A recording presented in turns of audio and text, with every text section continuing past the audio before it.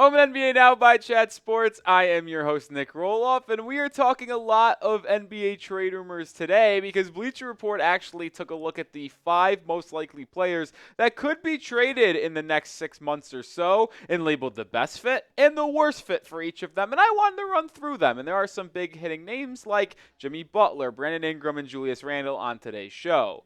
But first, we are about a month away from the season beginning, that early, I believe October 22nd opening day. We are almost there, 1 month away. Like the video if you are amped up for the NBA to be back. I'm hitting my like button on my 7 different personal accounts because that's how fired up I am.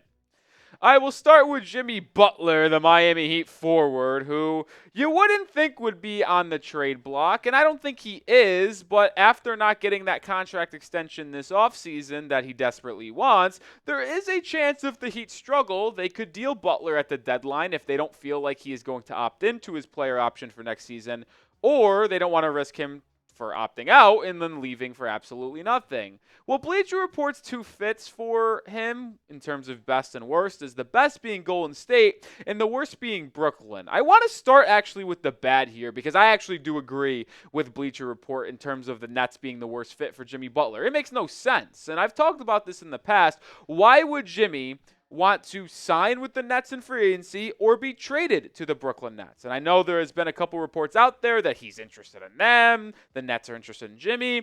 It doesn't make sense from Jimmy's perspective because the Nets are, 3-4 years away from contending in the Eastern Conference, and that's speaking very positively on their situation. They are arguably going to be the worst team in the NBA this year. I'd probably put money they are going to be the worst team. And maybe that nets them Cooper flag in the 2025 NBA draft. And then we go, oh, hurrah, you got your Victor Wembanyama type young guy to help lead you in the future. But to me, it doesn't make sense for Jimmy to go there because they won't be any close to competing in the Eastern Conference. And why would he do that at the end? Quickly on his potential best fit with the Golden State Warriors. I think it's the best fit for Golden State after they didn't get Lauri Markkanen in because Jimmy would be the best player potentially available to be that co-star and second option to Steph Curry, and he would provide them with nice finishing at the rim, finishing close games, as well as a two-way wing. It makes sense for Golden State. I don't know if it is the best fit for Jimmy personally, that free-flowing offense that's prides itself on being able to knock down three-point shots. Maybe it helps Jimmy have more space to work in the mid-range, which is where he excels, and at the rim, but I'm not sure he would be the best offensive fit in terms of shooting the basketball, which is pretty much required in that offense. But let me know, predict it for me. Will Jimmy Butler be traded by the Miami Heat over the next year or so? Could be at the deadline, could be in the offseason via sign and trade. Either way, give me your prediction down below. Move over to the Chicago Bulls guard, Zach LaVine, because he has been someone subject of trade rumors quite a bit, right?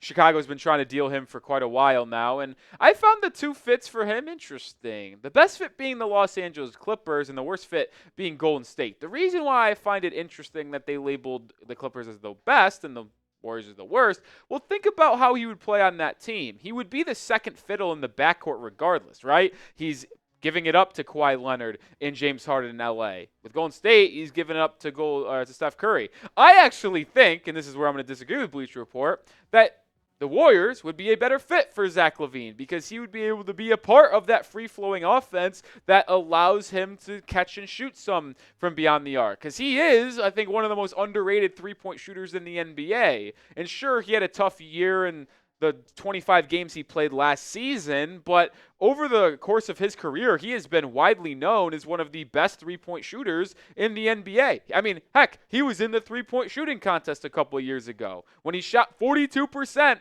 in 2020-21. Like, he is a good three-point shooter, and I think a him and Steph backcourt would be very fun offensively. Now, there would be defensive questions between LaVine and Steph Curry, but Zach would also be the second option on that Warriors team offensively as compared to him being the third offensive option on the Clippers. So to me, I'm going to disagree with Bleacher Report here and say the Warriors actually are a better fit for Zach than the Clippers. Now, I think the Clippers would probably benefit from adding Zach LaVine more than the Warriors would, but I do think it's fascinating that they think for Zach, it would be the Clippers as the best fit.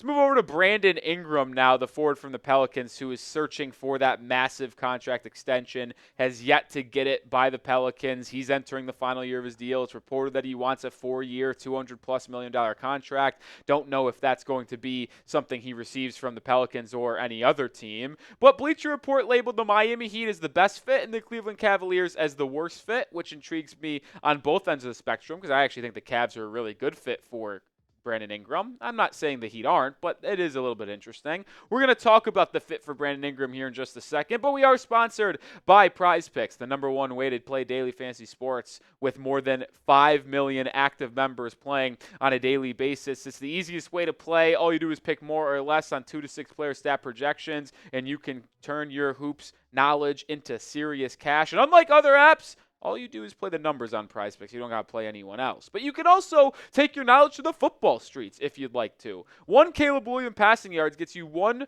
win on Prize Picks every week in September. So you got 2 weekends of football left to take advantage of the Caleb Williams passing yards. Don't miss the deal because when September ends, so does that deal.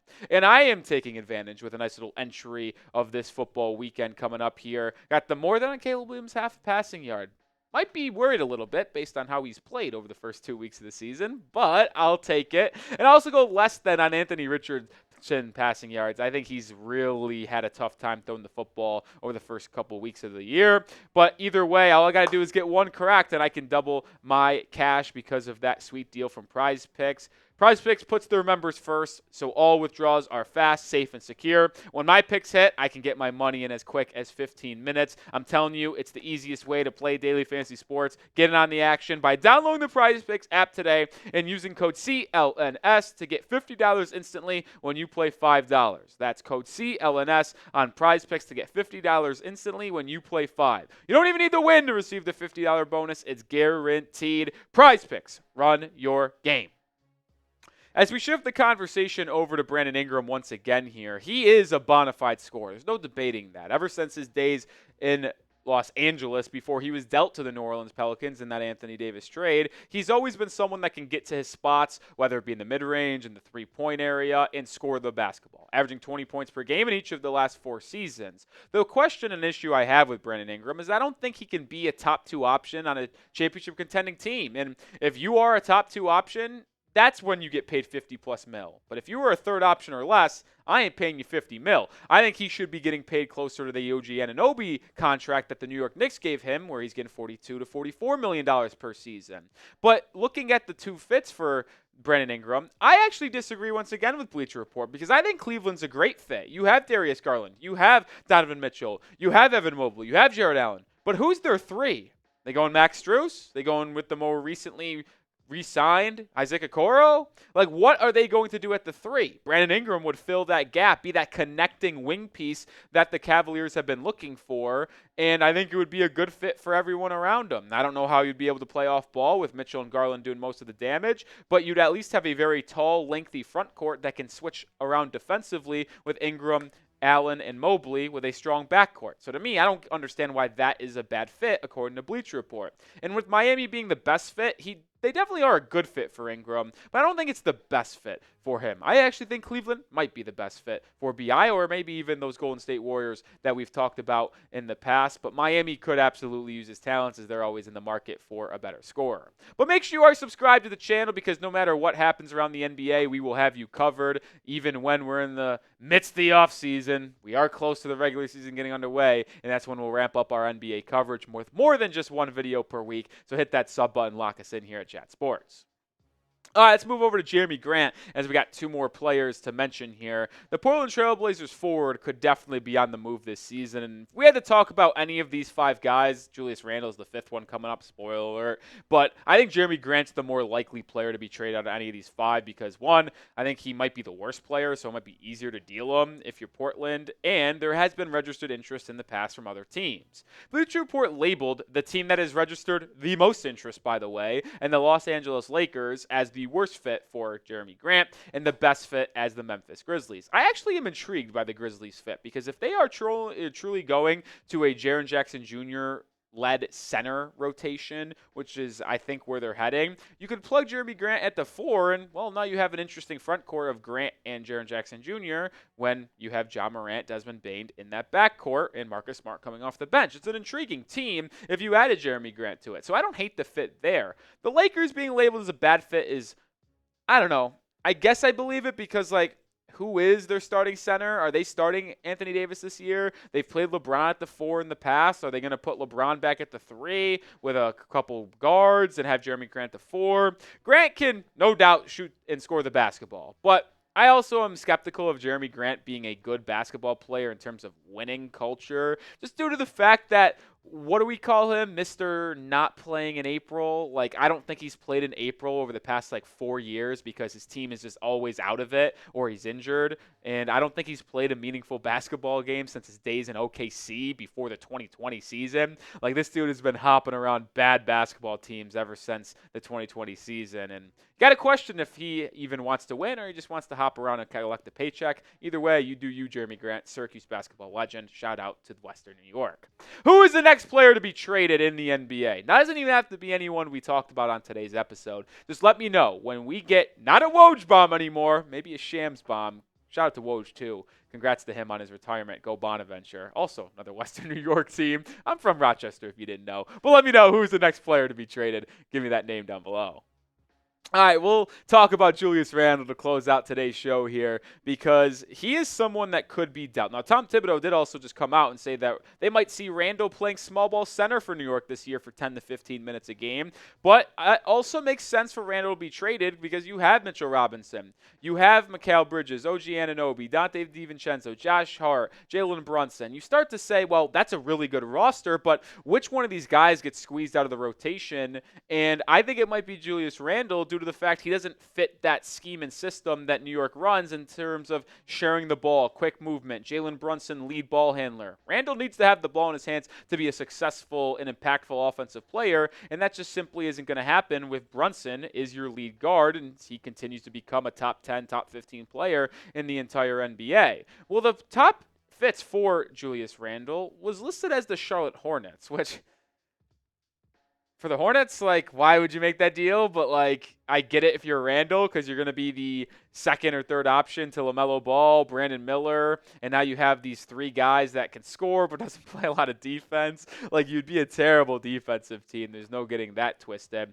But the worst team being listed as the Warriors is interesting because you'd probably have to play small ball center at that point because you're going to start Draymond Green still. So would you have a Randle Green 4-5 combination with Steph Curry at the 1? I'm not so sure. Either way, it's very puzzling to see Randle. And I don't know who would actually want to trade for Julius, but the Knicks, I could absolutely see him being dealt at some point this year if the fit between him and the new-look Knicks with Mikal Bridges isn't the best. All right, make sure you follow me over on Twitter/X at Nic_Rohloff as my handle. If you have any issues with what I said in today's video, go DM me. I don't care. I'll answer. I'll shoot back. I'll listen to the haters. I'll face the music. Either way, go follow me because I'm tweeting about the NBA every day.